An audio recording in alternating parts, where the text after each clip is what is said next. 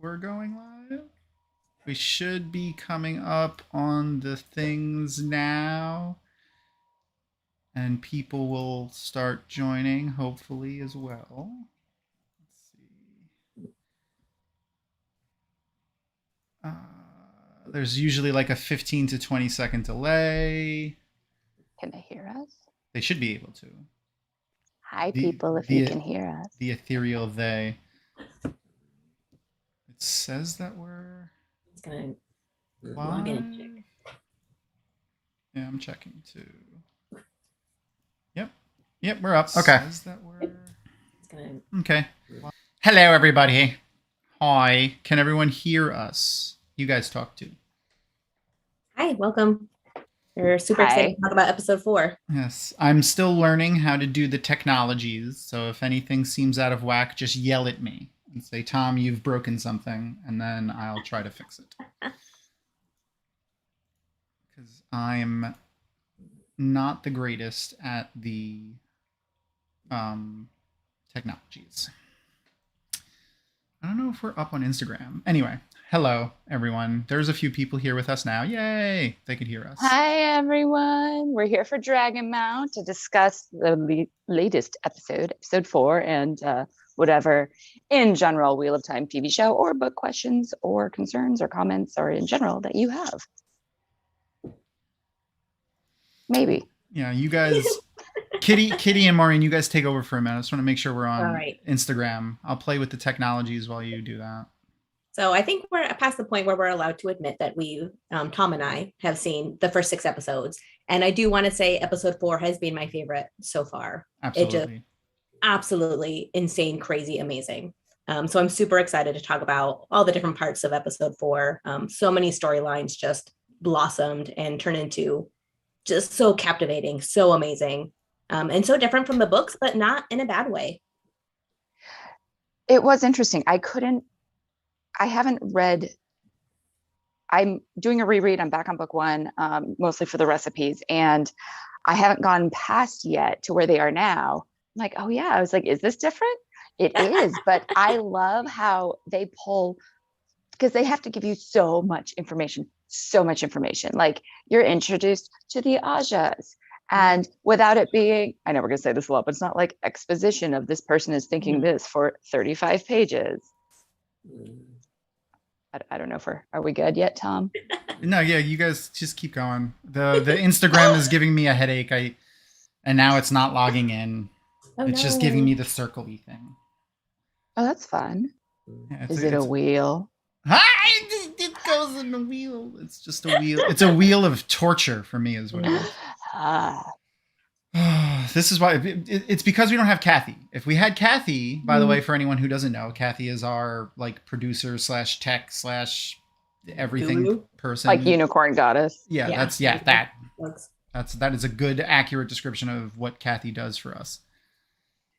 So what you guys don't know is I have not seen the first 6 episodes because I'm not special. I only got to do the secret screening with the director and the writer, but whatever. Oh my God, it's so cool.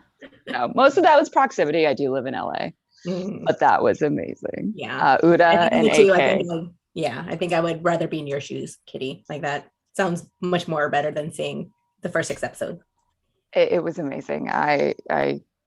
I know. Okay, we're supposed to be focusing on episode 4. Yeah. I don't know. Tom, do you have questions coming in yet, or is it just because that's usually from Instagram? No. We have some from YouTube. So I had trouble with this episode. If it were a bit better, I might have exploded into a joygasm, and I would be here. I would be laying.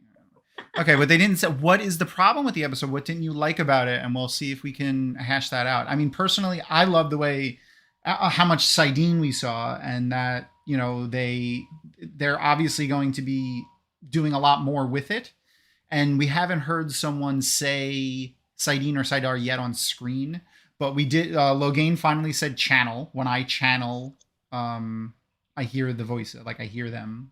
He's talking about the voices. And Sidene is mentioned in the X-ray, which if anybody's having issues finding the X-rays and the extra little bits, it's kind of hard on a TV. I have a Roku. It took me forever.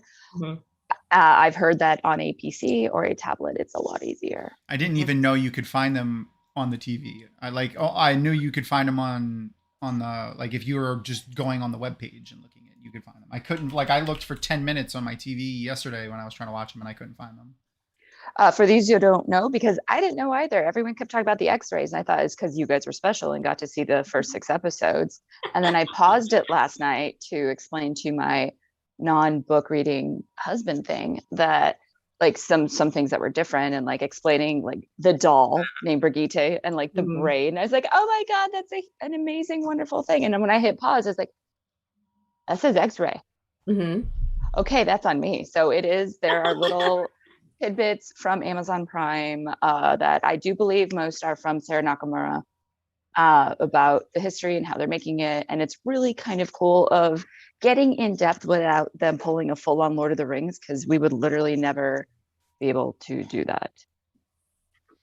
All right. For some reason, the Instagram sharing thing is not logging in. Should we die and come back? No, because I don't think that's going to change anything. Okay, that was too dramatic. Yeah.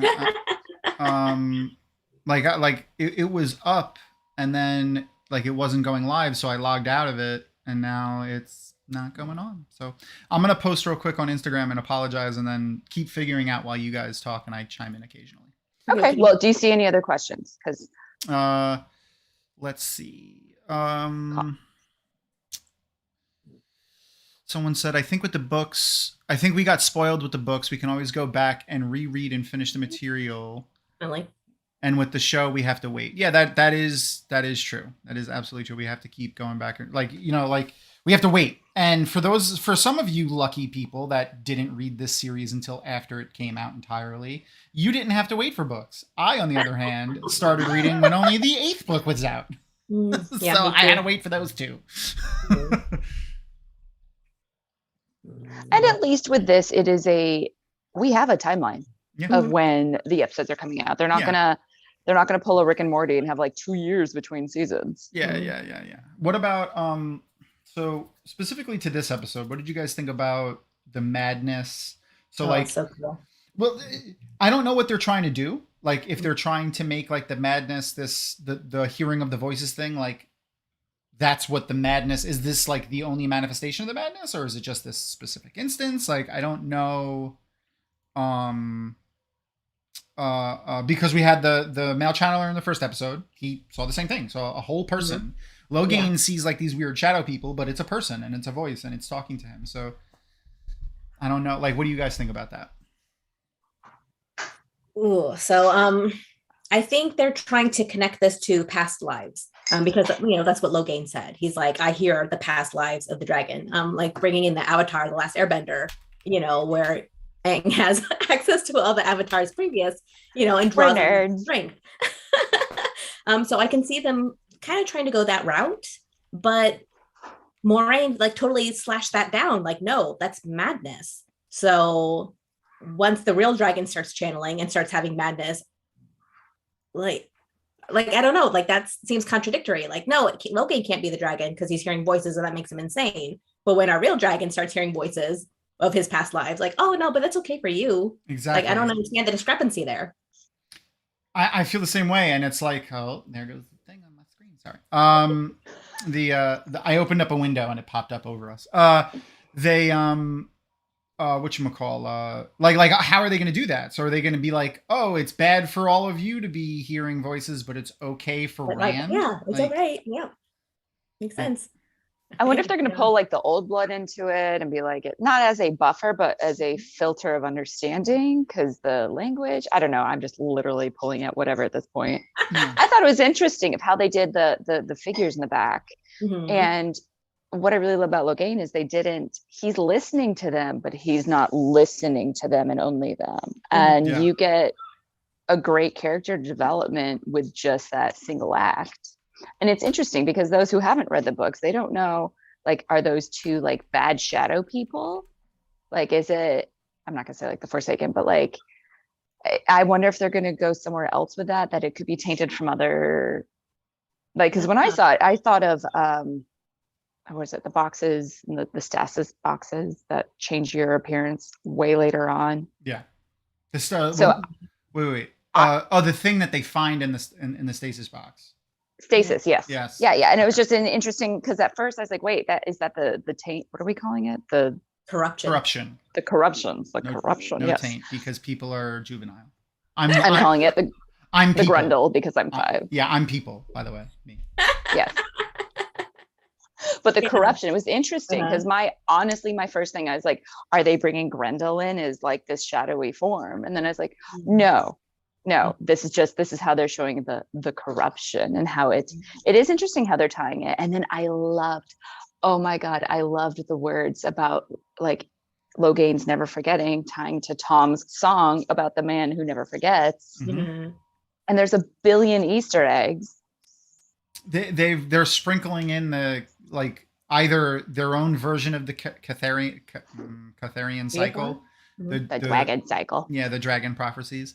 Oh, and that's really cool. So I'm glad that they're already starting to sprinkle that in. Mhm. So someone, where is it? Raymond Reyes said that he liked the way that they're showing like the taint in the weaves. So like when they weave, Nice touch. yeah. So like the weaving for the men and the women looks similar, where it's like that white wispy weaving thing that they do, and then the corruption leaks in. So that's pretty cool. So And I love how it shows. No, you go ahead, Kitty. I was just say I love how it doesn't show like this immediate. It is, you do get that wisp of white, as in like it's not like a full-on mix. It's just like, because in the books they always say it's like this film. Mhm. And I really love how they still show that side can have a purity to it, but it's not. It is corrupted. It's not. That's how it is.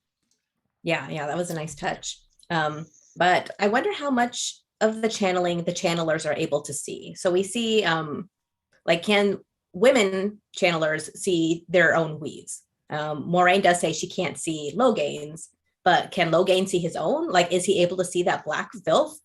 In these shadow figures, our first male channeler did see a corporeal person, but Logain seeing these figures. Is he seeing those figures, or is he just hearing it? And that was just purely for us to see the figures. Like, so there's just a lot of unanswered things with this corruption and what we can or cannot see and what they can or cannot see.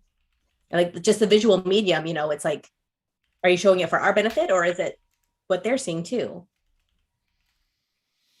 Yeah, I don't know. I like how you're asking the questions. That's what I've been talk about.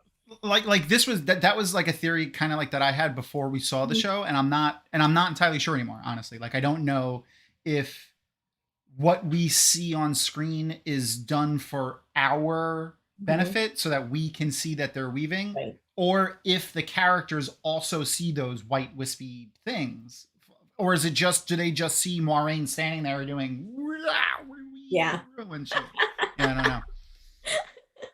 You like my sound effects? That's how I channel. When I channel, I have to do that. It's a block that I have. It's look like an idiot. And you're doing a great job. I do Tom. wonderfully. Thank you. I try. I don't try. It comes naturally. That's the problem. Well, speaking of the channeling, like going into the ritual of the gentling, I really loved how they made it a visual, so if someone is gentling you, like it is. I really like that aspect of it, and of course, then it'll give us as the viewers being like, "Oh, that's what they're doing now." Okay, so Richard Dadilio said, I'm sorry if I pronounced your name wrong, that it looks like the creatures or the people that are talking to him are actually made out of the corruption of Sidene. Yeah, that's interesting. I didn't think about that. They do actually very much like resemble that. That's interesting. That's an interesting I agree with it. There. Yeah, definitely. But is it really past lives? I mean, is it really like, is it the Dark One? Is it like, like Kitty said, where is this corruption coming from? Is it something else? Is it the Dark One? Or is he just like seriously, literally mad? And it's just some fabrication his brain has come up with. And it's not the Dark One at all. Like, other than the Dark One made him crazy. But once you're there, like, you're your own brand of crazy. That needs to be a t-shirt. You're your own brand of crazy. The Dark One made him that way, but now that he's there, right? Or no? Like, am I way off on that? Well, no, it is interesting because we've only seen one male channeler Mm. with the actual channeling. And so who knows if that's going to be the norm for all the males or if it's going to be just that's his version of his crazy. Mm. I think it might be because I'm streaming, by the way, and I'd have to shut it off and turn it back on. I don't know if I want to do that. I'm going to let Kathy make that decision. So we might have to go down and then come right back up. But for now, we're going to stay until someone with the higher pay grade than me makes that decision. That works. Something else specifically from this episode that I really enjoyed was the way that they've expanded on Lan and Nynaeve's relationship.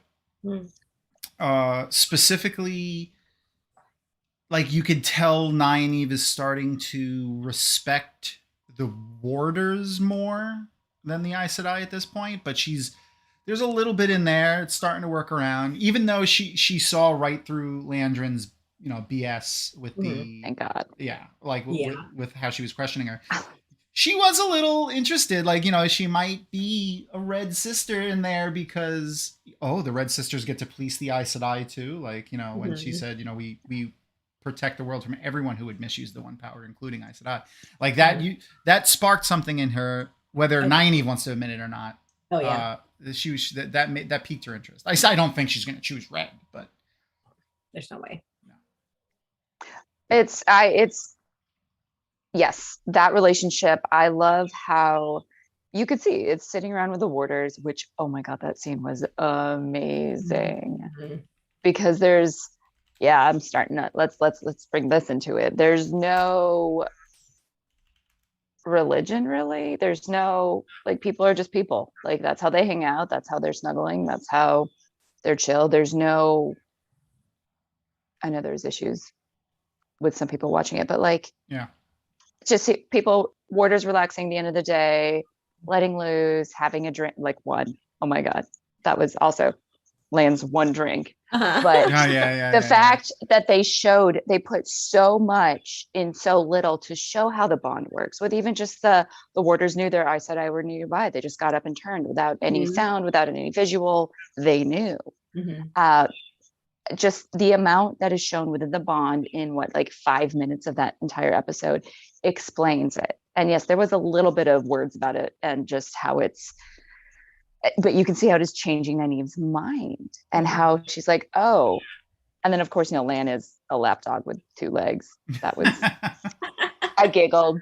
Yeah. So to go back real quick, James Rigney, I wanted to pull his quote out because, Rigney, for those who don't know, Robert Jordan's real last name is Rigney. I don't know if they're related, but that would be interesting. He said, I've been taking it as there are some visual perceptible aspects to everyone for channeling, but judging from Logan's reaction to Nynaeve, that the weaves aren't visible to anyone but men for men and women for women. And I agree too. So the one thing I watched the scene over and over and over and over again with when Nynaeve heals everybody, just to see if I could pick stuff out. And there's a lot of physical manifestations. If you were to take out what you might think is a weave from Nynaeve so that where no one else would see it. So they're not going to see her glowing, embracing Sidar, which might have been what we saw. They're not going to see her wisping and weaving and all that stuff. But her hair flies up in the air. There's a concussive force. People are actually moved.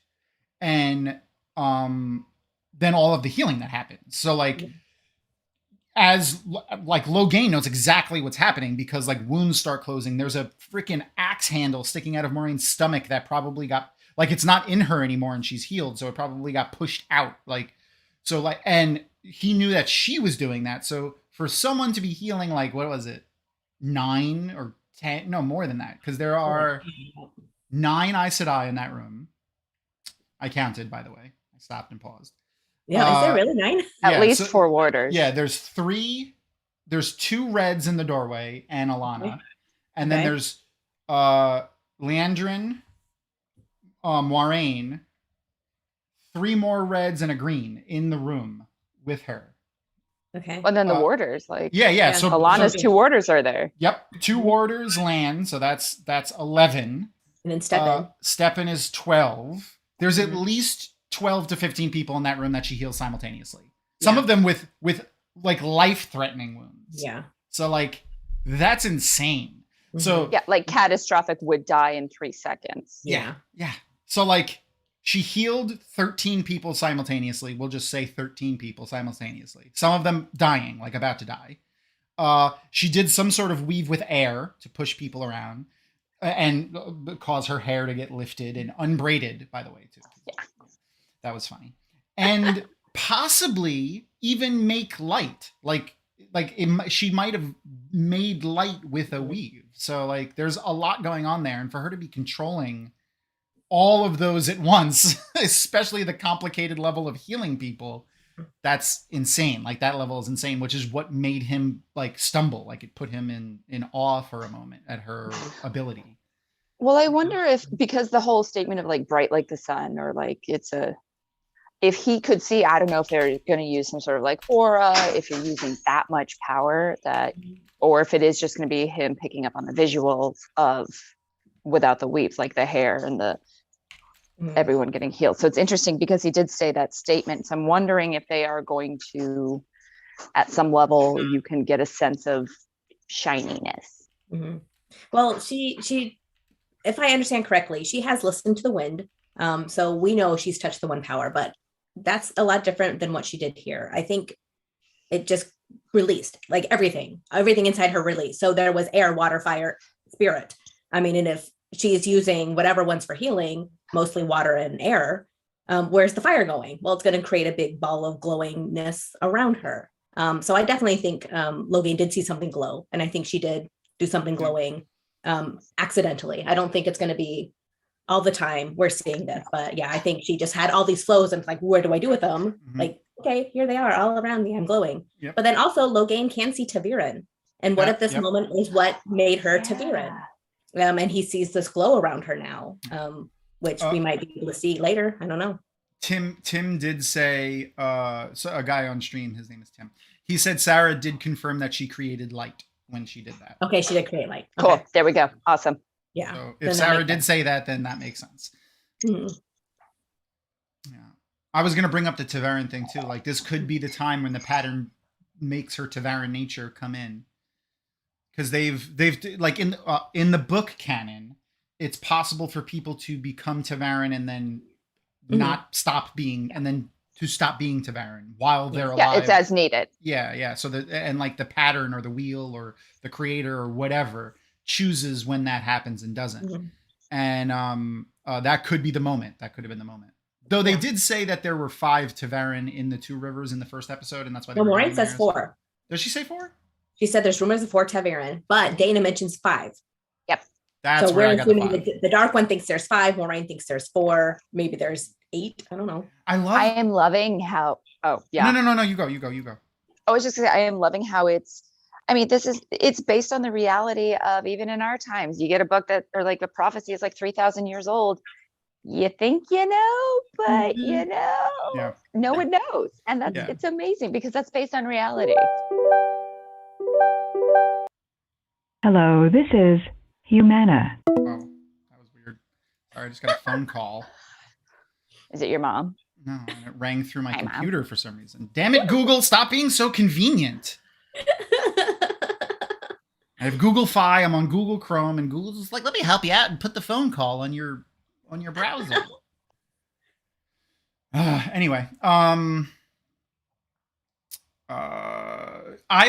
what I was going to say was I like that it seems like the Dark One doesn't even know like what's going on for sure. And I mean, they mentioned that in this episode also specifically, but like something that I was thinking about, for a while since the beginning, because it was even before, like even in the books, like, they sent out multiple people like Pat and Fane looking. They knew, they had a vague idea, but they weren't for sure. They didn't know for sure until the book started. So someone named Two Rivers Badger asked, is she Taviran? I'm assuming when we were talking about Nynaeve. It's not confirmed I don't think in the books if she is Tavarin at any time when someone who can see Tavarin looks at her. Like, I don't think anyone ever says, like, I think Swan and Logan, and then there's a Nicola. novice. Yeah, Yeah, Nicola. yeah. Novice. Who can all see Tavarin that we know of in the book, and none of them say that they could see Nynaeve glowing. That I remember. Someone can correct me. Yeah, But, in the book she's not. yeah, or she isn't at any time that those people see her. Yeah. So there, you never know. Like, maybe she became Tavarin when they were cleansing the one power in the book, or who knows. Mm-hmm.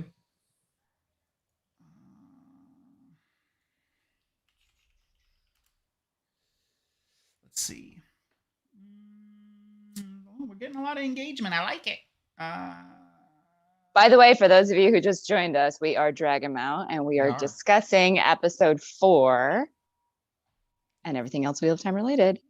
Put your questions in. Yeah, put your questions in. Make sure to follow us, like and subscribe, all that jazz. I'm terrible at like even promoting our own stuff, let alone mine or anyone else's. I'm a horrible person. Hey, we've mentioned it now at least twice, unlike last week. We were like, oh yeah. we'll just talk about the Wheel of Time this entire time. So right? Like, are we even live? Who knows? Yeah. Well, we're not on Instagram because apparently I broke it, but I broke all of Instagram. I can't even go to the Instagram website on my browser right now. Oh, wow. So maybe Instagram's broken, and hopefully, and it's not me. That would be great. It's probably me. It's definitely me. So someone said, I think Logan seeing a greater power than his made him realize that he's not the Dragon Reborn after all. Oh my god. The whole thing just broke my heart. Broke his heart too. Oh my gosh. No, like, he was just so confident and so sure, and he hears these voices and he's like, I'm gonna bind the world together, and he's got this conviction, and then Moiraine's like, no, you're insane. And then Nynaeve's like, oh, my power is so much greater than yours. And then the Reds are like, oh, we're cutting you off from the source. And it's like, boom, boom, boom. Like, take him from a rough top. day for him. Right.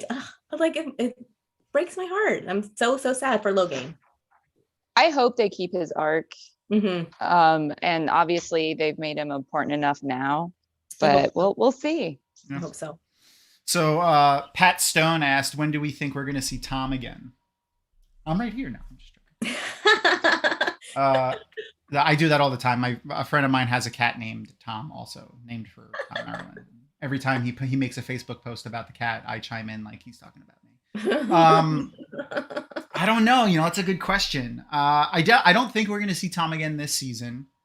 I think it's going to be different circumstances than we saw in the book. Like, Rand just like happens upon Tom in the book. I think it's going to be more like, because this version of Tom seems to be a little bit more parental in his feelings toward Matt and Rand. Oh, he's so sweet. Yeah, he really is. I love him. I love this actor. I love this portrayal of Tom so much better than the one that I at least imagined from the books, because I always pictured a much older man, thin, much more round, thin, huge mustaches, and then trying to figure out like why Maureen, like even at what point Maureen was interested in it. I felt like that whole thing was forced. But he was like, in the books, to me, I picked up as more like the jolly grandfather figure, and now you're like, oh, this makes sense for an actual a court bard. I don't remember the title, and worldly traveler, and somebody who's got this history with the power and all of these skill sets, instead of just like, oh, we're gonna have this jovial man and give him these skill sets. This to me is like a ball of reality, and I wonder if they're gonna keep the limp when we see him again. Yeah, I was wondering that too. I can totally see it, like, or at least give him something to make him angry at having, like, he needs to have that little jab that he does, like, every single time he brings up, remember that time I saved you from the Murdrel?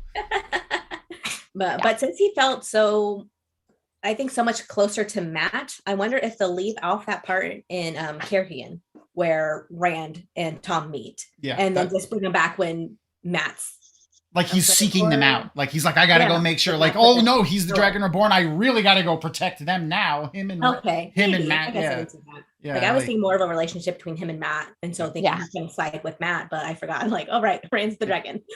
So that could pull him in. But before I forget, I want to say something toward what you just said, and then I want to say bring something up that someone said in the chat. So someone, Big Bands asked, are Sidene and Sidar equally leveled in the show? And I think yes.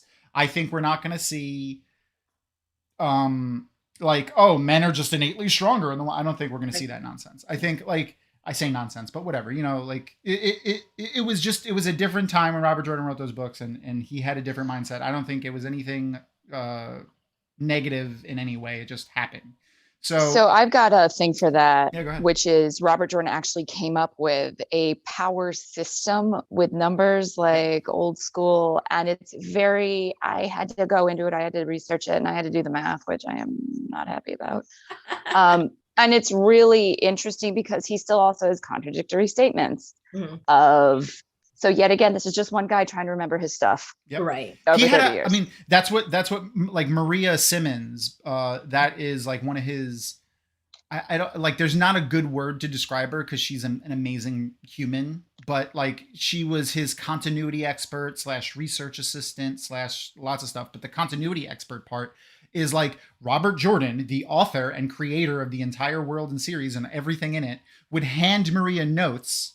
And then Maria would read it, like, you know, for the next book coming out. And Maria would be like, no, this Aes Sedai is from Caerhine. Or no, this Aes Sedai has green eyes. Or no, that's not something that this person would say. They would say it like this. Because she was the person in charge of the continuity. So, like, you know, he had to hire a separate person to do that. And I'm sure even 2 people trying to monitor, 2,500 named characters? Like, that's not and easy not to do. even, and this is another point that I need to remind people is Robert Jordan did not have this on a computer. This was not like she could hit control find. These were all hard copies, note cards, red pens. Like this is the amount of continuity errors are absolutely minute compared to like when you think of the reality of how it was made. He didn't have a hard copy until I think Alan Romanchuk, another one of Team Jordan. I love Alan. I think he said like book 7. Yeah, like book 7. Yeah. Because he was not really that technologically apt. You know, he probably would break Instagram as well. Yep. No, it's fine. I deserve it. I broke Instagram apparently because I still can't go to the webpage.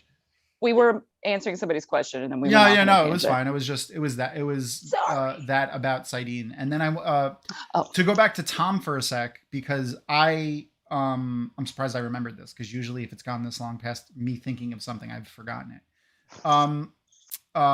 You mentioned him, you know, being on being a court bard, and we didn't see that yet. But that's because we haven't seen him in that setting yet. Even Book Tom specifically talks about high chant and low chant and the differences between trying to engage different types of audiences. He wasn't somewhere where the court bard Tom would make sense to have been. Right. He was in a hole in the wall in a tiny little mining town. Like that's not going to be, if he was doing high chant, like that wouldn't have been as entertaining. So yeah, well, not only that, but it's his superpower to blend in. That's like, true. Yeah, he looks like everybody else in that town. Oh my god.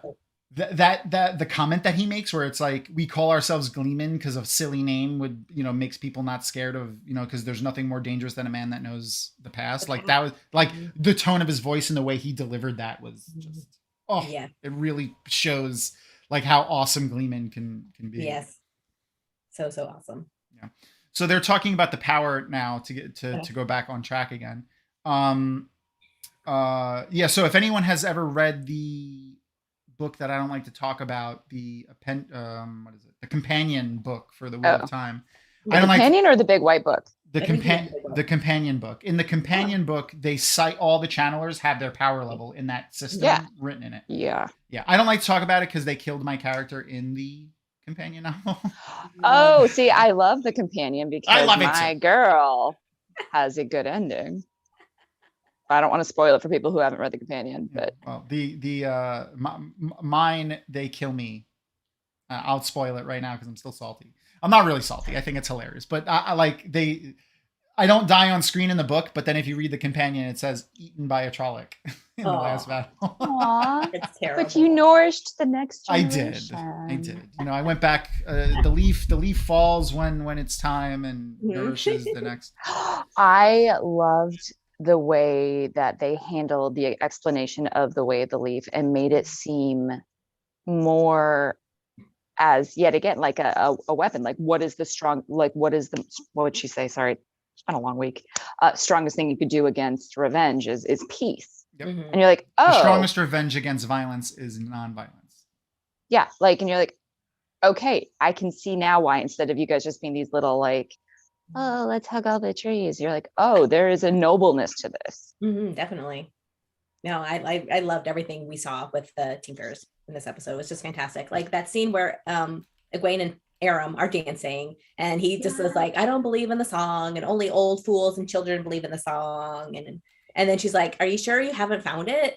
And like the music just slows, and he looks around at the faces, and it's like, oh, it's so emotional. Like this show is reaching me at a level I didn't think it would. Like definitely the book like touched my heart so much. And the fact I'm getting these same reactions from the show is just mind-boggling. I just love it. This is something that I said. I think I said it in one of the episodes of the YouTube thing, which means I sat and thought about it for a minute. But this is something that, like, how often do you get to say, like, for those of us who really love the Wheel of Time, that you've gotten to experience something that you love, like that you love for the first time twice? Like, you know, like usually, like, you know, that's usually the high that everyone is chasing when they, you know, play a new video game or read a new book or eat a new food or do something. And then they're like constantly, oh, like that was so good. I want to experience that exact feeling that I had the first time I experienced that again. And now we're getting, like, some of us are like, that's what we're getting to do. That's what it feels like. For me specifically, that's what it feels like. Yes, definitely. Yeah. It's like, you know, I get to be surprised by the Wheel of Time again. Like, even though even though even though that we know like what's coming up, kind of like we can assume that we know who the Dragon Reborn is and where the story is probably ultimately going to go, but I'm still on the edge of my seat on each episode. Like, what's going to happen next? I can't wait to see what they do next. Like, and it's been this episode specifically. I mean, we had the great fight with, you know, like I'm talking about like on-screen action. So we had the great fight with, you know, Moiraine and the Trollocs, and we had the really amazing interaction with the White Cloaks. Like, there was no fighting, but that was like for people that enjoy intrigue and stuff like that, there was a lot going on in that, interaction. But this with Logan and the building of the story with, you know, who he is as a person, you know, he didn't kill the person. He seems to be in control of the madness. It's just, there's so much going on there. And I really, really, really enjoyed this episode a lot. I'm so glad we get to finally talk about it. Right. No. When that slice went through Lan's throat, like, I was like, so shocking. Exactly. Like, oh my God, what, like, how is that possible? What's going to happen? Just so amazing. So well done. Yeah. I just loved the introduction essentially to the Ajas. Oh yeah, that was nice too. And like a light explanation about everything, and they are all sisters, but you can still tell they're still like very cliquey. So Richard said he's been lurking on Dragonmount for years, so that's nice. Hi, welcome back if you've been away for a little while. Sarah Ramsdell, I don't know. I'm sorry if I pronounce your name wrong. It's asked if Matt was recast. Yes, Matt was recast.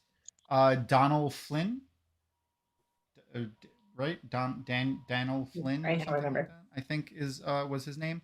So if you check the IMDb page, you can see who he was recast as. Barney is doing an amazing job. I am sad that he had to go. I hope, you know, everything is okay with him personally, and whatever the circumstances are, that he's okay, his family's okay, whatever it is, I have no idea. But I'm really, he's got this new actor has some big shoes to fill, because and specifically from this episode, like he was displaying his sickness amazingly. Like his interaction with the girl was, his body language and everything was so great to see, like the throwback to how he was with his sisters. Right. So yeah, it just shows us these flashes that he's not a bad guy. Like, he's totally a dick sometimes, but deep down he's not a bad guy. Yeah. But I also love how they're showing it with the filming of it. You're like, oh my God, he killed that family, and you're like, wait a minute. Oh, thank God he did. Yeah, I know. Oh my gosh, that was okay. Good. They were only killed by a horrible monster. Like, that's fine. Bad that they all had to die. So And that he left little Brigitte there in the road. Oh my I God, that know, was that the was sad. saddest. Right? It's heartbreaking. Sad. I was really hoping that they were going to do like callbacks to that, like that was going to end up somewhere like 2 Right. seasons Because down she the wanted to line. see the world, Helga, Yeah, the little girl said. Yeah. So someone did say it was good to limit the number of Ajas they introduced at one time. So I'm Yeah. guessing Yes. that's called to the different Ajas that we see in the camp, because we only really see so far we've seen a yellow, not in the greatest shape, blue, red, and green. So Yes. But they really That's- only talked about the basis of what Idasha is the red, the blues, and the greens. exactly. Right. And you know what? Everyone's got to remember, because I've seen a lot of comments of people making like, oh, they haven't mentioned Saidin and Saidar. It's not going to be in the show. Like they haven't done this yet. They haven't done this yet, and it's not going to be there. It's not going to be. We have to remember that not everyone has read the books. So like the show has to be set up in a way to get people to watch the show, and not as an avenue for people to get to read the book. It has to be, be able to be consumed in a short amount of time, that people don't know these words. So you don't want to throw a million words at people that they don't understand. Saidin, Saidar, Tavarin, Tel'aran'rhiod, like Trolloc, Murdril, like all these words, they mean nothing to people that haven't read the books. So Like even the dragon, like legit, my husband doesn't read the books, and he asked me, he's like, wait, I think I know somebody's a dragon, but are there actual dragons? yeah, that was confusing for a lot of people who read the books. Like, where are the dragons? Yeah, like really? Yeah, it has to be digestible. I'm sure we're going to see all of that. I'm sure the differences between the one power can easily. So like, even Nynaeve's story about the old wisdom going to the tower, Maureen didn't say anything, but I'm sure in a later episode when the girls are at the tower, well, girls, I mean, they're not kids in this. They're women. They're adults. I keep They're forgetting. 20, they're kids. Yeah. Well, I mean, they're They still can't even adults. drink yet. I know. It's weird. Except they do in the thing. But Well, none of us ever did. no. Oh yeah, no, I was good. I totally didn't do that. They'll come back to that. I'm sure we're going to see them in the tower in novice clothes, and then they'll be, in the background, women of all different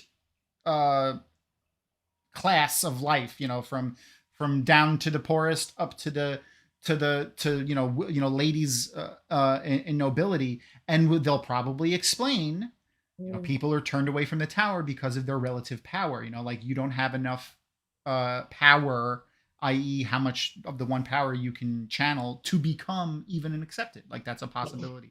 You need to be a +5 and you're only a +3. Exactly. Like, we're gonna need you to go ahead and like just step that up a bit, or you're gonna have to. Let's see. Oh, by the way, anyone who is joining us, we are Dragonmount, and we are discussing episode 4. And if you've been with us this whole time, you've heard me say this. So Two Rivers Badgers said the old wisdom was likely not strong enough and didn't want to tell anyone that. And I wholeheartedly agree that's probably exactly what happened. I mean, like, when people tell stories, like, even unconsciously, they get slanted. That's why the old adage is, there's two sides to the story, and then there's the truth. Because even when someone retells the story trying to be perfectly accurate, you still only have your perspective of that story. I'm sure, as that would have been embarrassing to have walked for nearly a year, because we know it takes a couple of months to get there. She said, it took her months to get there, and then months to come back. If she came directly back, that could be 4 months. It could be 6 months. It could be 8 months. Yeah. If she came directly back. If she took time, like, I'm sure she was upset for having to get turned around, then that could and be. And the tower probably let her stay, because with the changing of the seasons, maybe she had a winter there or something. Yeah. And we know that the tower doesn't just send people on the street and close the doors. They probably gave her money. Yeah. Or even probably tried to help her get back to her home village, but like, send an escort or something. She might have turned that down, but we do see that the tower do that to help people out in in other scenes in the book. So yeah, I mean, and maybe there's more to it. Maybe she was a novice and got kicked out for pranks. Exactly. Maybe there was some other reason. I'm sure we're maybe it was her dog. That was funny. Yeah. That was amazing. So no, man. So there's an interesting dynamic there. That's not the word. There's an ing at the end of that one. There's an interesting dynamic that's going on between everyone in that Aes Sedai camp. It's like the Aes Sedai kind of against the Reds, and not against, but like there's a tension there. Yeah, Karini is the leader, right? She's the one that's in charge. Yes. So they put the green in charge, not the red. And I bet the Reds hate that. I'm sure they do. Then you have all of the Aes Sedai, and even the Warders, because the Warders will follow their Aes Sedai's leads 9 times out of 10, against Moiraine and Lan. And again, I say against, but what I really mean is like, you know, they're curious about them. They want to know what's going on. They want to know what she's been up to, what she's doing, who this person is, why did she bring her here, like all that stuff. So Karene sends Alana in to start picking at information. And, you know, 2 greens trying to infiltrate into a blue, that's not going to work out too well for them. So Yeah, but I liked how subtle they were. I'm like, yeah, there's a green. yeah. That was great. Even Moiraine was like, maybe you could have been a blue. You know, she was being sarcastic. So someone said, I brought this up before, a lot of people, Richard again, were excited about seeing Alana having a fun time with her warders. But as world building, it introduces a theme where Rand's relationship isn't so nuts. And that's exactly true. Like, that gets to a point that I think I've made before, but if not, it stands to make again or for the first time. I really love their way they're portraying sexuality and relationships that are LGBTQ plus positive. Like, whether you're pansexual, you know, if you're in a polyamorous relationship, gay, straight, like we've seen, like the way it's just normalized. Like even like there's no view, even like the people from the small village don't make any kind of reaction toward when when the innkeeper Dina says to Rand, "Oh, you know, are you and Matt together?" Now, I feel like if this show was made in the early 90s or even like 10 or 15 years ago, Rand's initial reaction would be like, no, I'm a man and I don't like other men. Instead, he was like, no, if I was going to pick up a man, it would be someone better than Matt. Like, I could do better than that. Exactly. Like, you could. Exactly. And she wasn't saying it as a negative. It was just normal. Like, maybe you two are together. And like, you know, it's not like othered. And I like when I hate othering, like, in any way, even if it's done accidentally or trying to do it in a nice way. I hate when people other people. And I'm growing up being bullied and stuff like that, and not being, you know, straight myself. It bothers me. What people forget about is in the books they talk about in the tower pillow friends. Yeah. That's just not 2 little girls going tee hee hee hitting each other with pillows because it might have been, but Robert Jordan was always he was never descriptive about sex. It's always like fade to black or like this, and then use your imagination. But there are so many, and this was my issue with it in the books, reading it as a non-straight person is like, okay, there's a lot of girl on girl, there's a lot of stuff like that, but there's no boys. Yeah. And though it is alluded with the Greens and the Warders, I like how they're handling this because nothing is erased. Monogamy is not erased. Yeah. Hetero relationships are not erased. It's just giving a more realistic percentage to real life populations. Exactly. No, it's fantastic. That's what I like, because it's just the ease there with Maxim and Ivan's just like lounging all over him and he's touching his shoulder. I mean, it was just the intimacy and familiarity of it was just so well done. It wasn't so like overly let's start making out, but just small little touches. Like, I take comfort with you being so close to me.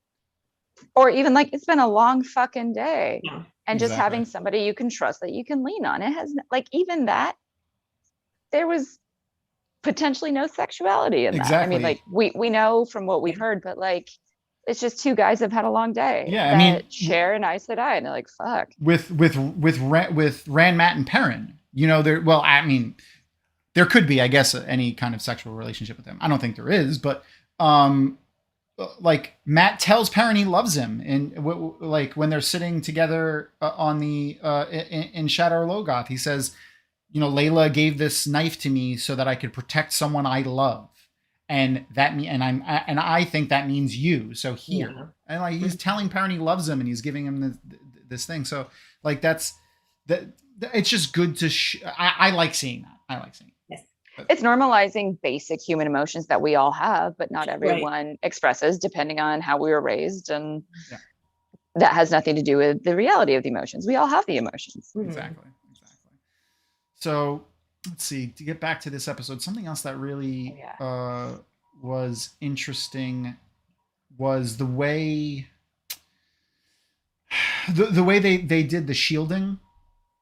So it wasn't like specifically. So this is going to get a little crunchy for the one power. So like, it seemed like the way that they were talking, the way that they exchanged the shielding and how they had the Aes Sedai there, that they weren't maintaining a shield on Logan.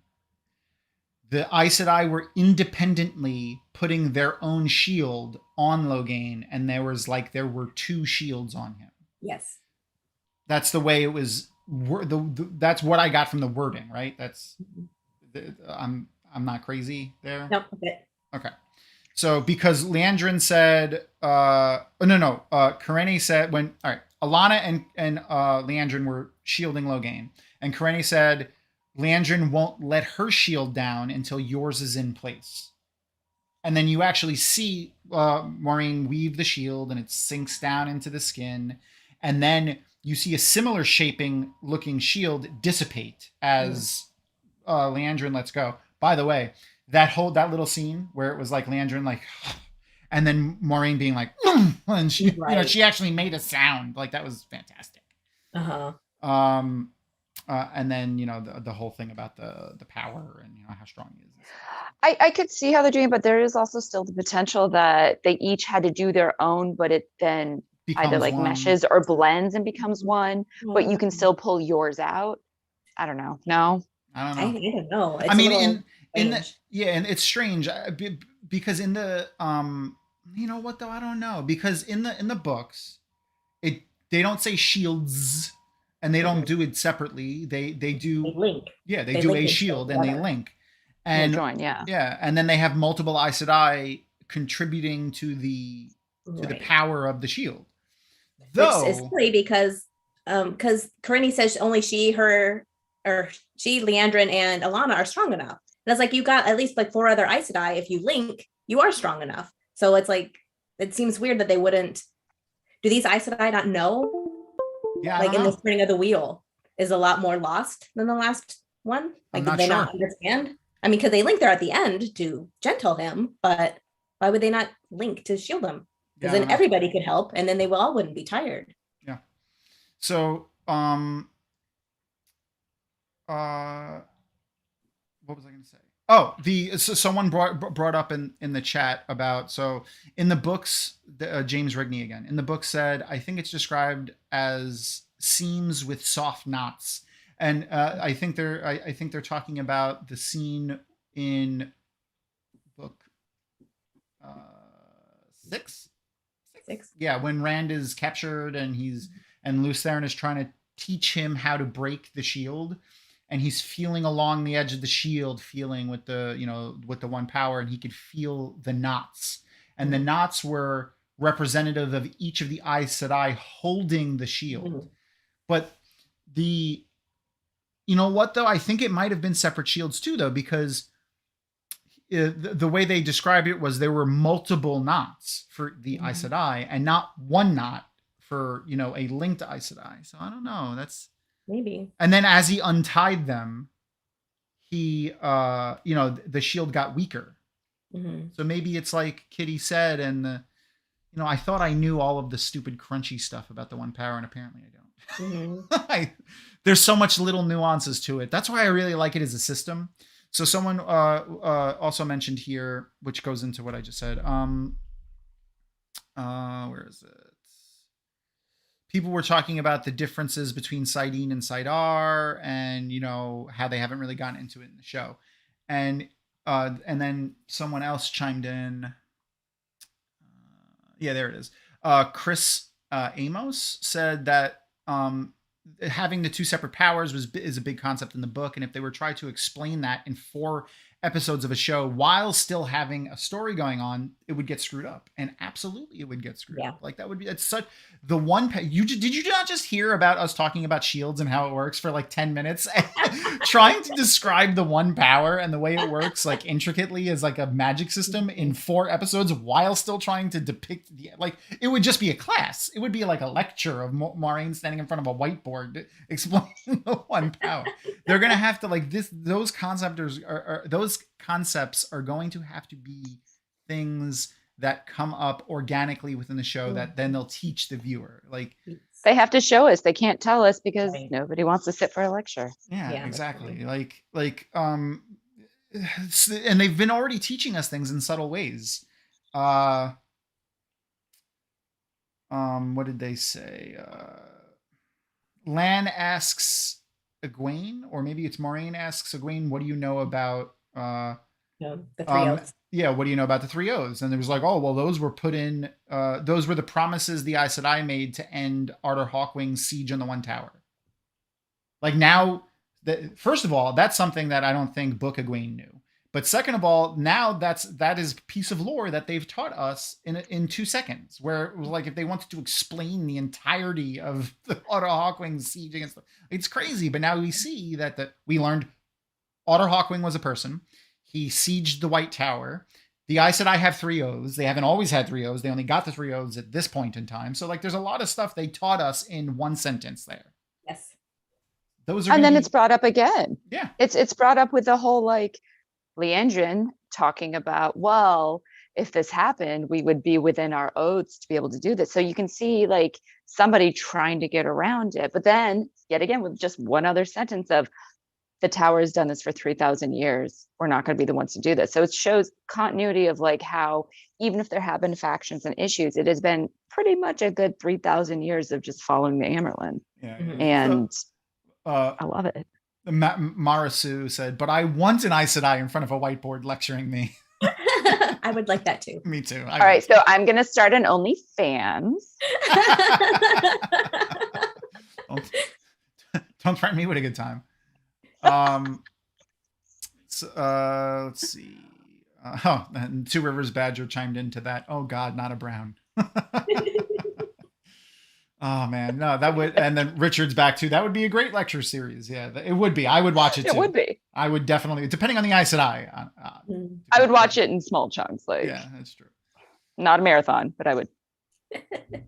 Yeah. So, James Rigney asks again. Aes Sedai knew how to tie weaves off in the books. Yeah. So, I mean, we don't know that they don't know how to do it now, just that they haven't done it. There's a lot of building left to do for the One Power. Yes. And I'm sure that's going to be much more explored in season 2. This first season is look at the cool magic that they can do. And then the next season will probably be setting rules and boundaries. They've already set rules and stuff for the first episode. Think of it as someone who hasn't seen the series. And Kitty, this will be easy for you because you're watching it with your husband.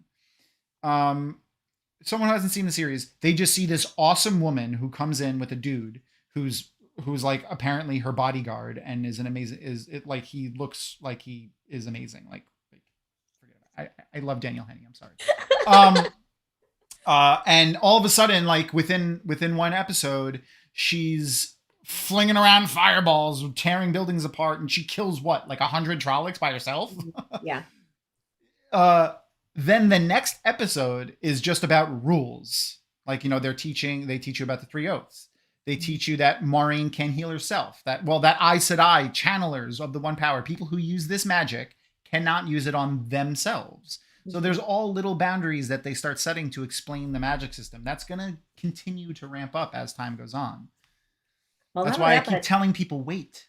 Yes. Let the show writers tell the story to us. Right, exactly. But once I'm assuming, and maybe they won't, but I'm assuming Egwene and Nynaeve are eventually going to go to the White Tower and start learning. And like, that's when you introduce this, when they're learning, oh, separate the weaves. This is fire, this is air. Let's combine them and see what happens. I mean, then it is organic and it's informative, but also interesting. Yeah. An interesting thing with the go power ahead. for that just was something that I really like, that it should show not even limitation, but the fact that there's a scar left. Oh yeah.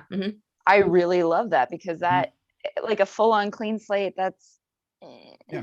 Personally, I attributed that to a couple of things. Like in my head, like I was like, oh, like doesn't the one power usually heal and not leave a scar? But then I was like, but Karene is very tired. She's a green, which means she's, I mean, who knows? She could be very good at healing, but we know that the healers are generally, like the people that are very, very good at healing are generally yellows. So maybe this is just her ability with healing. Like, yeah, I don't think it's going to be like a full-on everybody. Yeah. Also, scar. I just liked that. Yeah.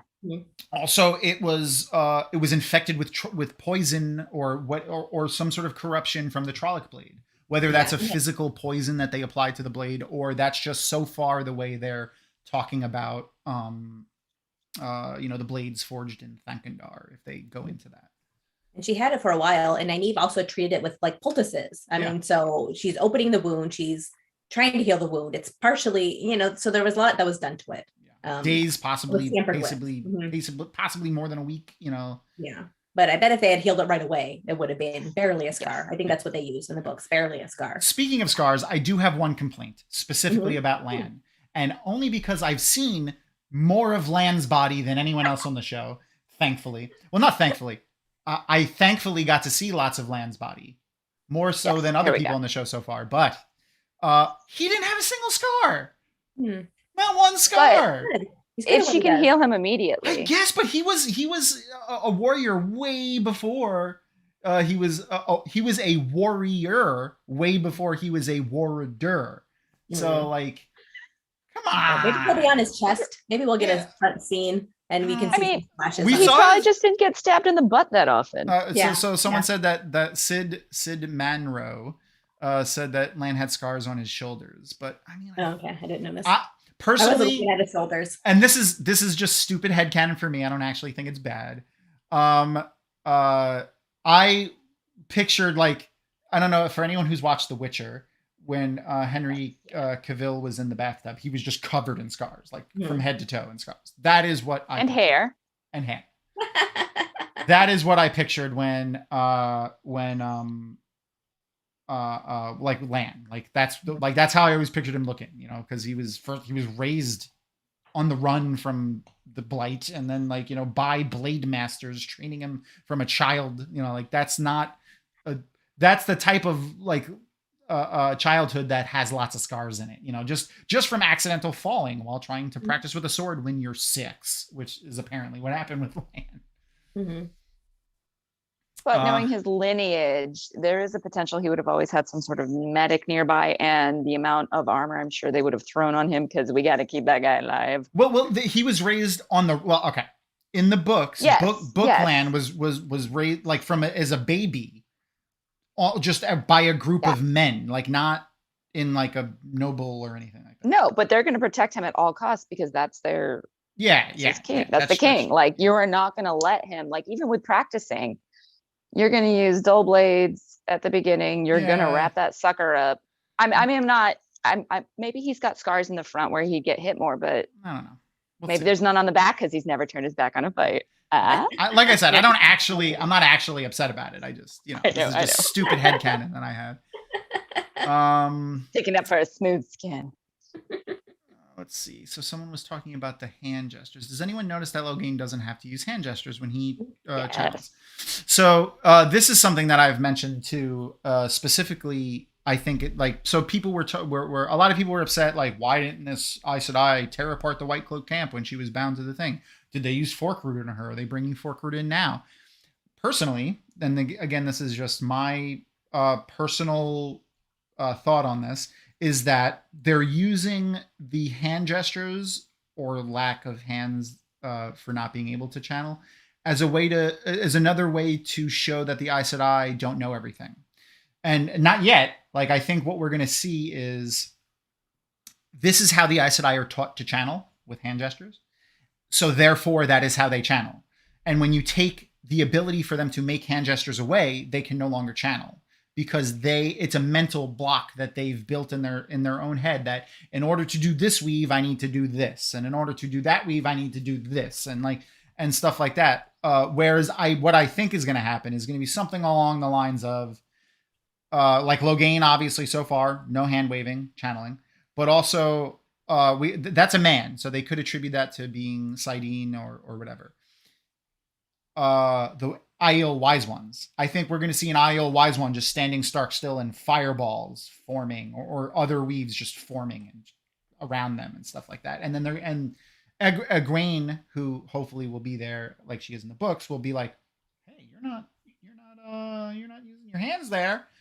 Yeah. So I think that's a big thing about Egwene, her character in the books, is that I like that she was like I don't want to say a child of, but she was a student of many schools. You know, like thinking about it in like the old kung fu theater movie sense, she went to a bunch of different dojos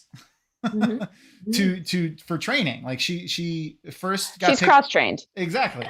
She got picked up by Maureen, and Maureen showed her a little bit, and then she goes to the White Tower and she trains there for a little bit, and then she goes unwillingly to the Shuanchin and learns their version of channeling for a little bit. And then she goes to, and she's also doing things on her own, because she's a very stubborn person who doesn't listen to everyone when they say, don't do this on your own. And she does it on her own anyway. And then she goes to the Aiel Waste and learns from them. She also has a little bit when she learns from the Sea Folk. So she's almost been trained by every single form of female channeler that exists, including a Forsaken. So like, yeah, including a Wilder, because Nynaeve at the beginning. Yep. So there's all kinds of just like little bits that I think that they're going to throw in with that. And this is the whole hand gesture thing with the Aes Sedai is just going to be a thing that they use later to show that, because they're building up right now that the Aes Sedai are like, oh my God, they're the be all end all of everything. And then all of a sudden, like just in the books, you learn the Aes Sedai aren't. Mm-hmm. They don't know everything. Yeah. And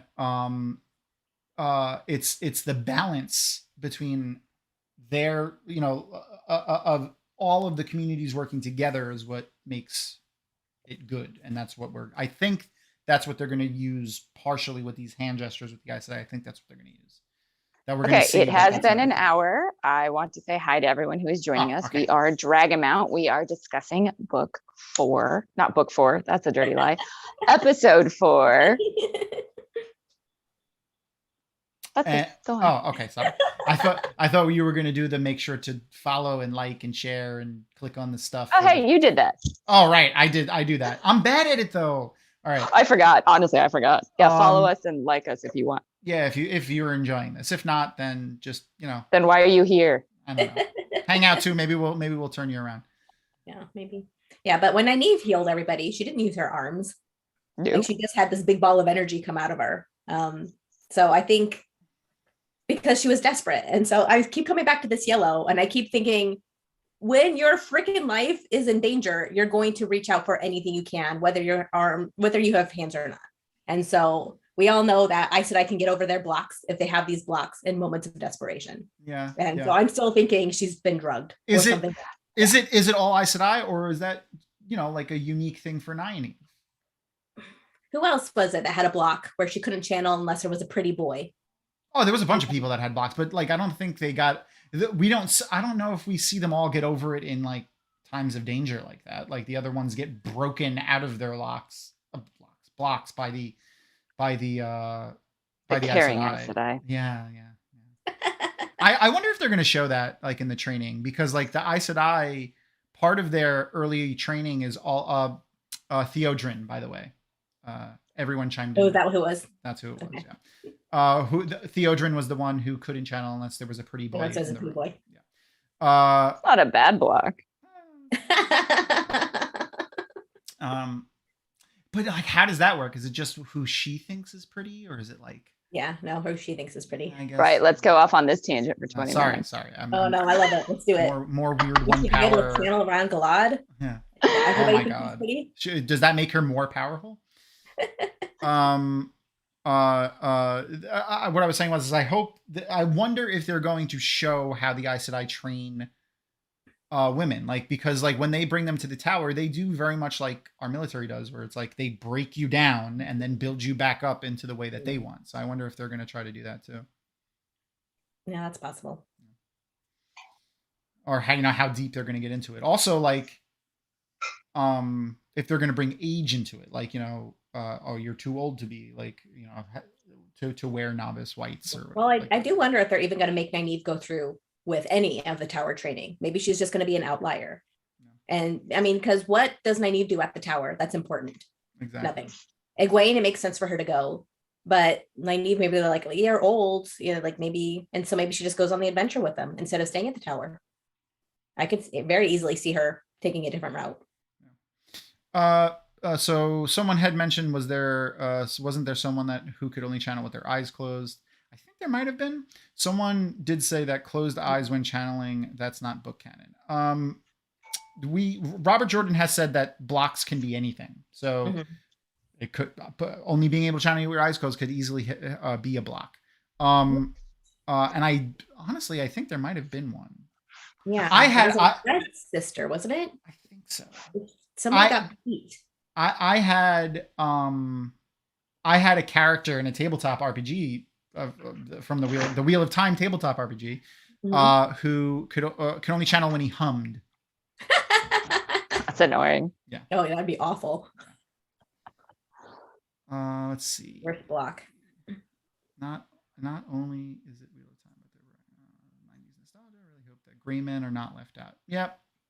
I do not think that Persephone said, I really hope that gray men aren't left out.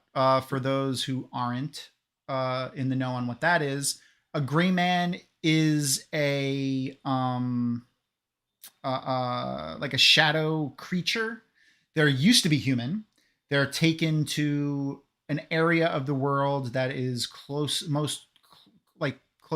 you could feel the Dark One's presence, and their soul is removed, essentially, which is what makes them unnoticeable. So like your body and your eyes even just slide away from them. Like, it doesn't want to recognize that they're there. Your subconscious forcefully forces you not to perceive them. If you concentrate hard enough, you could, you know, they're there. They're physically there. You just ignore them because they're wrong. So yeah, I think we're gonna get more Shadowspawn. Either Rosamund accidentally slipped up, or I think because she's, you know, she is a Hollywood, you know, she's a big time Academy Award nominated actor. She's not gonna. I don't think she's making mistakes. She said that we don't see Drakkar in season 1 in that live that she did, which means that we're going to see Drakkar. So she's confirming that Drakkar exists. So like, either she did that on purpose or it was a slip up, but I think that means we're just going to see more, you know, more shadow creatures in the later seasons. And if they go into the Blight, I'm sure we're going to see some stuff in the Blight. But that's not where that is not where gray men would be anyway. Maybe we'll see one of those worms. Yeah. Oh my God, that was so in the book. That scene was so cool in the books. It's just amazing. Yeah. Like he was just so willing to die at every single point of that book. Yep. He literally turned around and was like, "I'm going to charge into these worms now. You guys get away." The cool part about one of the other cool shadow creatures, so everything was a creature in that, like the trees even were alive. Yeah, the bushes, the plants. That's what I was gonna say. So in Malkir, because they actually passed by Malkir, there's it's known as like the city of 1,000 lakes or something like that, because there's lakes all over the place. And the Two Rivers people were like, "Oh, look, a lake, let's go for a swim."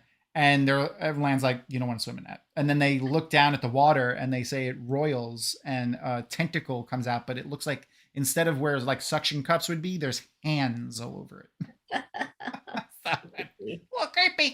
Little creepy. I hope they give that, like, they don't have to do that exact scene, but I do hope that they show equally as disturbing, twisted, horrible things in the bite that they did in the books. I don't even know if they're going to go to the bite, but if they do, yeah, I hope they do, and I hope I hope they're able to stay near Malkir, and Nynaeve's able to make that connection of the Seven Towers when Lan was doing his prayer. Yeah, because I don't know how much anybody knows about Malkir's past. I mean, it's been, I don't know, how old is Lan in the books? Is he still 40-ish? I think he's 40-ish. Yeah. So I don't know if Nynaeve would even know anything about Malkir. He was like 20 something when they met, they being Maureen and Lan, and then they hunted for 20 years. And then they hunted for 20 years, so he's 40-ish. Yeah. That's an age gap. Yeah, but it doesn't look that, I don't think he's that old in the book or in the show. No, I don't think so either. I think he's maybe 40. In I doubt that even. Yeah. I don't know. Yeah, it's just weird. It's hard to tell. Yeah, I would say at the absolute oldest. So Jen Liz mentioned that Dana mentioned Ishmael. And then Graphics by Kathy said Ishmael was mentioned as the one who brought the dragon to the Dark One. Which he might have. Yeah. Because this turning of Rand is after the turning of Lews Therin. That's different from our Lews Therin. So maybe that Lews Therin did go to the Dark One. Like, do we have confirmed that like that's actually what this is, or is that just what people are saying? I think it's been said by people associated with the show that it's a new turning. Well, I mean, Brandon said that, but Brandon said that that's how he views it. I don't think it's an official. Yeah, I don't think that's like. Officially? Yeah, I don't think that's. I just assume that's what it was. That it's just a brand new telling. I mean, I just think it's the adaptation of the books. Like, I don't think like this is supposed to be like where the books happened and now this is happening. I don't think that's what. I personally don't think that's. It could be. It absolutely could be. 100%. You're not wrong. It could be. Even just in canon, the way the time works. But I personally don't think that's what that is. So someone said Rafe did say that. I don't know. Oh, did he? Well, it's also interesting because they are talking about like the thousands of dragons in the back, and so maybe one of them was brought over. I want to say something. I want to say something that Robert Jordan said actually. So, they're talking about Dana saying this and that Ishmael, did that. And why would you believe and you're listening to them? Like Robert Jordan. So like someone went to him. I don't remember the exact circumstances, but I remember the quote though.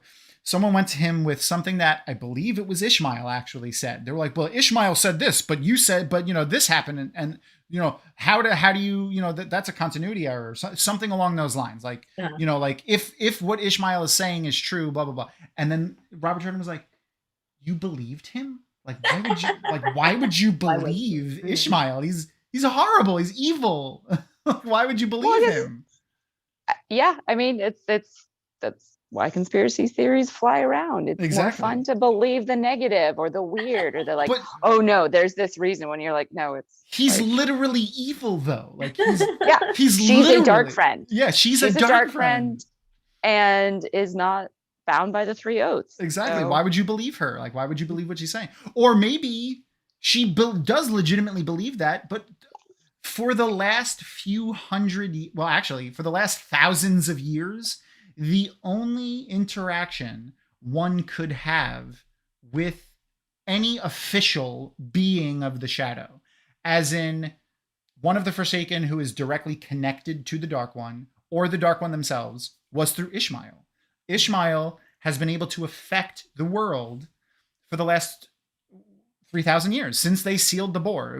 It's probably a little less than 3,000 years. I think it's like 2,400 or whatever, because the War of Shadow was 200 years or something like that. But basically, the Forsaken and the Dark One were resealed, and Ishmael is still free enough of that seal that he's able to affect the world. So this dark friend, if they're going by that same thinking, has only gotten her information from an insane person.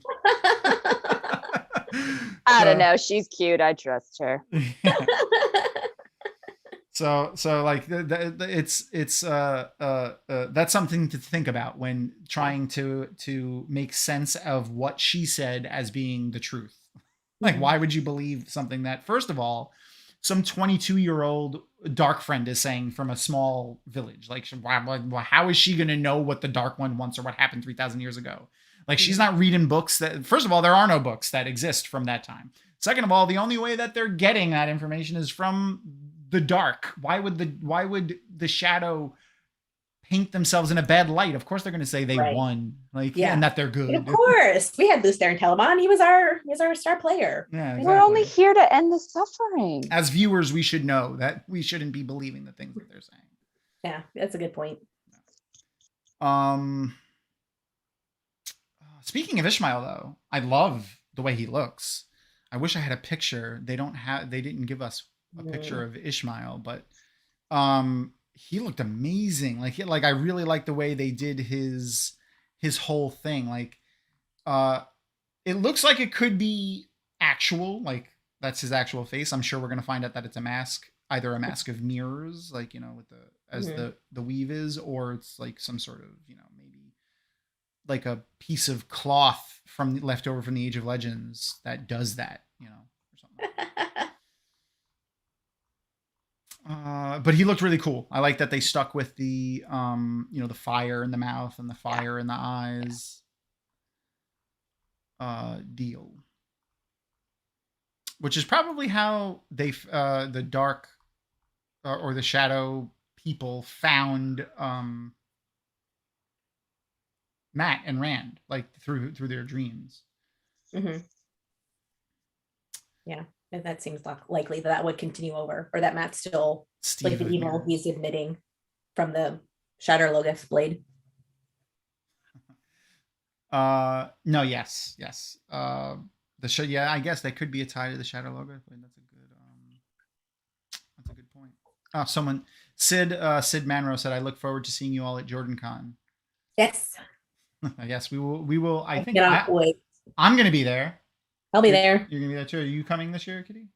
I am. I haven't bought my flights yet, but I will be there. Get on that.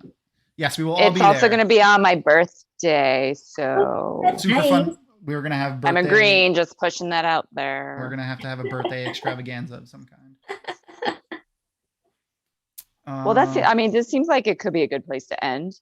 We're hitting that hour and a half mark. Yeah, that's true. Are there any other questions? I just long for peopling. That's true. I mean, I love this. I love this so much. But yeah, no, that's a good point. We've been going for a while now. So, is there anything else anyone wants us to chime in on before we head out? I know. I just want to say again that I know if I'm pronouncing his name wrong, I apologize. Alvaro Morte, just amazing. He's an amazing actor. Oh my gosh. The way he's doing Logan is really, really cool. Like his body language, his softness while still being like terrifying. Like it's great. Did anyone, so the last thing that we'll talk about real quick before we go is Mills Outdoors said, did anyone notice Rand's Tavernness when talking to Master Grinwell? Yeah, that's what I thought too. That he was able to diffuse the situation. It should have been, like Tom should have been the one to see the situation and diffuse it. But he's like, all right, we'll get back on our horses and leave if you let us. But Rand was like, no, I got this. Like reading his body language, reading how he's drawing his bow, because Rand knows that stuff. Yep. He knew exactly what to say to him to diffuse the situation. Yeah, that could be Tavernness. That's a great point. So the last thing I'll say, which is a really interesting idea, and then we'll head out, is Max Thalamin said, do you think Logain made the king his warder? And that's how they found them. Well, he didn't say that's how he found them, but that would make sense. That's how they found them. Too. That could absolutely be that he made the king his warder. Absolutely. The other thing I thought was that maybe the corruption sees more and tells him. Like if the manifestation of the corruption in the form of these people that he communicates with, like they were aware of the situation, what was going on, because Logan was aware, or because it's like the Dark One knowing. That's true. So I think that's the only other explanation, is either he bonded the king, or maybe he's using his eyes, or somehow the corruption accesses his eyes and ears. Couldn't you still travel in dreams? Or do you think there's any chance because he was sitting there with his eyes closed the entire time? So maybe he can go into Tel'aran'rhiod. Or even just affect people's dreams that he's like a call essentially. Yeah, he could. Yeah, that is something that you can Maybe. do as a dream walker. Well, even if he's not like a full-on walker, I'm just trying to think, like, if he is supported by flows of air, I mean, they said he was completely bound. He could sleep sitting up, and That's like true. he was there the entire time with his eyes closed. That's Yeah. absolutely true. Entirely Yeah, possible. possible. Interesting. All right. Well, thank you everyone for joining us for another of our little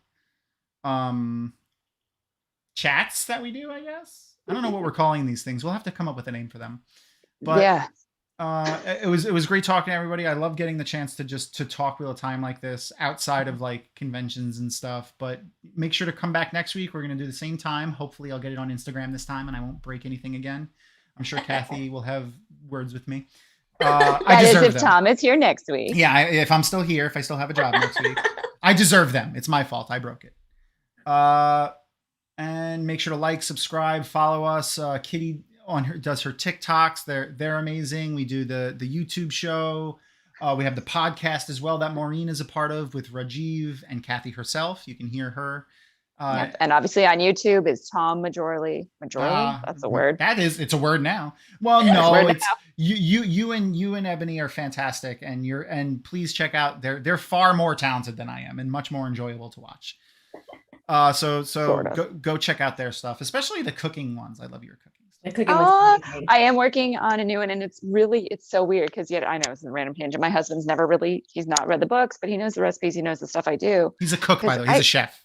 He is a chef. Yes. I also was a chef. But now I can be like, okay, this recipe came from this point that we have now gone past. Mhm. And the next one is going to be, actually, I don't know if I'm allowed to say in case we don't do it. Okay. Well, the next one's going to be a surprise. It's gonna be a surprise, and I hope everyone tries it. And by the way, we are all Dragonmount. We all work for Dragonmount, which is the longest fan-based Wheel of Time community on the internet since the 90s. Oh my god! Don't say things like that. That reminds me of how old I am. All right. Well, we love you all. Yes. Thank you so much. See you next time.